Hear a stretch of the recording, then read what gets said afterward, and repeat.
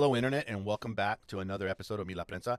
Today's episode is a special episode on the topic of the day that's trending all over the United States is this Texas abortion law. I know Pablo and I have spoken about it, recently in a previous episode, but we really wanted to dedicate just a short 10 minutes because I think after Pablo and I spoke, Pablo brought up some additional points that I just thought, hey, we got to get those out there. But that said, Pablo, let's get 10 minutes on the clock right here, and let's just, hey, the floor is yours, my friend. So, wow, I think that, this is a nightmare scenario. This is an absolute nightmare scenario for women's reproductive rights advocates across the country. And I'd say even like around the world, because, people are talking about this as far away as Chile, where I'm from. People are just like, what? The Texas law, if you're living under a rock, the Texas law allows for people to basically form posses to track down women who are getting abortions and then charge them $10,000, or, they can sue them for $10,000. And it's not just the women who are getting abortions. Plus attorney fees. Plus attorney fees, yeah.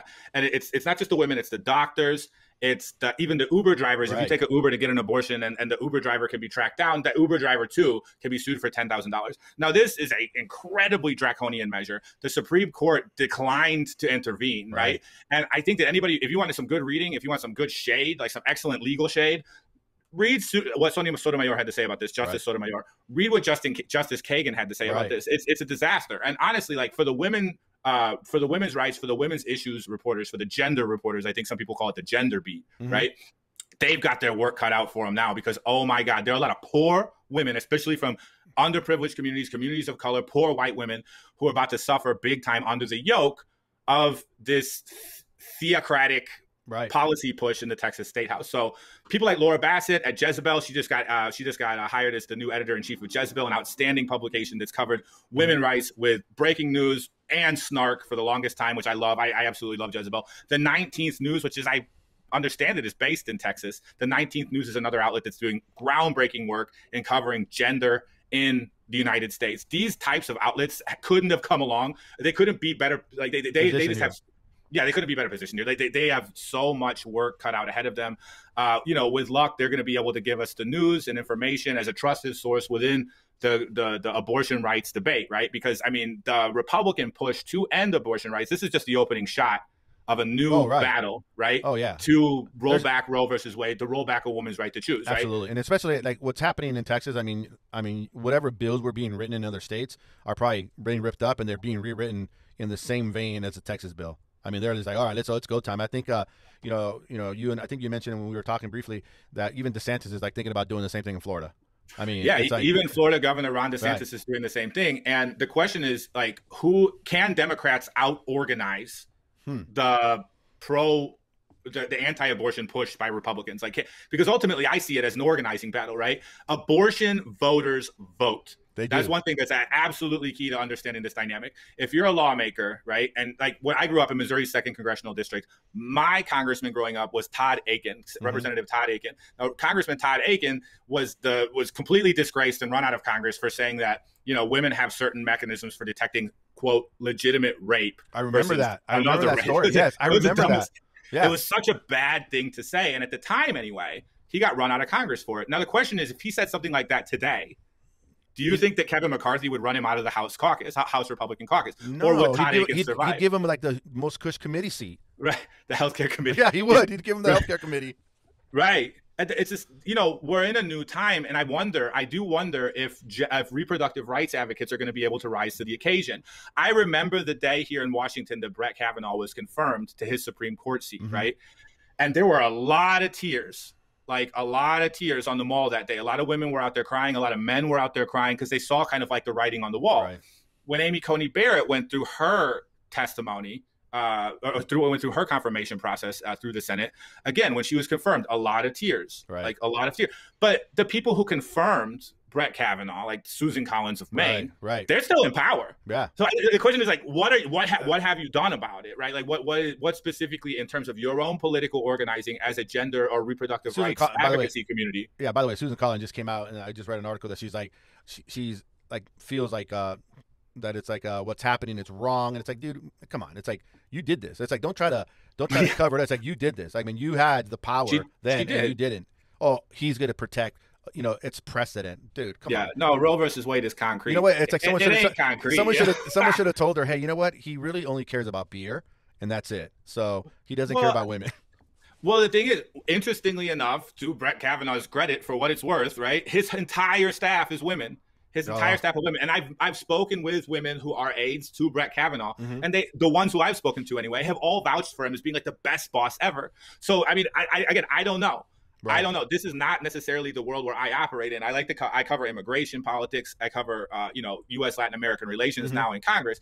Abortion is something that comes out of left field for me, if you will. But I know it's going to affect a lot of Latinas, so I could see it coming under the umbrella, if you will, of what I cover for Latino Rebels as Latino Rebels Capital correspondent. And so the more I try and understand it, the more I am going to be turning toward outlets like Jezebel, like the 19th News, right? Like some of these very respected gender beat reporters, around the country, because I'm looking for stories about the women who are being affected, like the women who are being chased down by these posses of evangelical Texans looking to cash in on these $10,000 bounties, right? Like the Texas Rangers used to do when they would track down criminals, bring them in, and then get a reward, right? This is the way I see it in my own like sort of imagination, right? Now, I'm not from Texas. I haven't spent a whole lot of time in Texas, but I have spent enough time in Texas to know, A, it's a massive state. Right. It's a well-armed state that's very, in many ways, a lot of people I know about to be even more well-armed.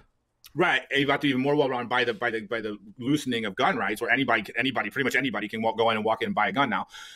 So, yeah, I think that like when Congress comes back, it'll be interesting to see if the House and Senate Democratic caucuses can align around the Judy Chu, Representative Judy Chu's legislation to roll back these abortion laws, because like in Texas to like restrict them, because the Supreme Court, which I feel like too many people since the creation of Roe v. Wade have been relying on the Supreme Court to kind of do the right thing. Like, I mean, I'm not a lawyer.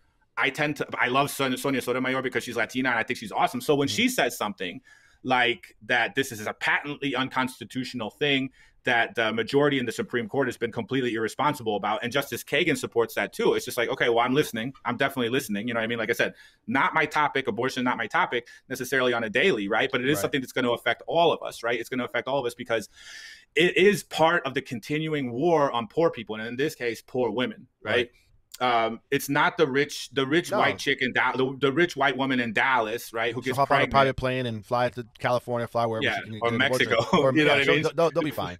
Right, they'll be fine. But what up, like we've talked about in the past, like what about the ones that just don't have the money or don't have a car or don't have whatever? You can't necessarily hop on a bus if you're a Houston resident and go to like wherever, right? Right. And what it's not a state that has like that kind of public transit and stuff like that I think we enjoy out here on the East Coast, where you can get like vast distances around the region on a train. Yeah, it's definitely going to be highly influential law in the poor community. I mean, hands down. I mean, it's just. And I think the Republicans need that. I mean, they know that. I mean, they're not. I mean, I got to give them credit. I mean, they play the long game. They don't care about being hypocrites. They say one thing about don't tell me what to do about my body with vaccines and masks and yada yada, and then all of a sudden they're telling women, nope, you're going to do this with your body. This is what we're going to do with your body. This is what we expect of you with your body. It's insane. And the fact that they don't care is, I think, it's always their power move that they don't care. Whereas I think Democrats care too much about what they're going to be perceived as, when they should just care more about what can we do and make happen. Democrats need to recognize what Republican administrations recognize, which means early in a Congress, early in a term, you can get away with murder. You can do whatever you want, basically. And people don't remember it by election day. The American political memory is very short. But I think the bottom line is who delivers for their constituents, Democrats or Republicans. In this abortion case, and the rise of the MAGA Supreme Court, right, is the case that, you cannot argue with anything other than to say Republicans, they get the job done. They get the job done. Yeah. They get the job done, and Democrats don't. Yeah. So it's, I think that the civil war within the House Democratic Caucus when Nancy Pelosi steps down is coming, right? Like there hasn't been a named successor. So it just goes. The question is, what can they achieve before that happens? What can they achieve in this Congress? And the Judy Chu bill is going to be a real watermark to see what they can do and what they just can't. Well, on that note, Pablo, you're right. I mean, I'm really looking forward to kind of staying on top of this and seeing how this Judy Chu plans or bill comes up, the Women's Health Protection Act.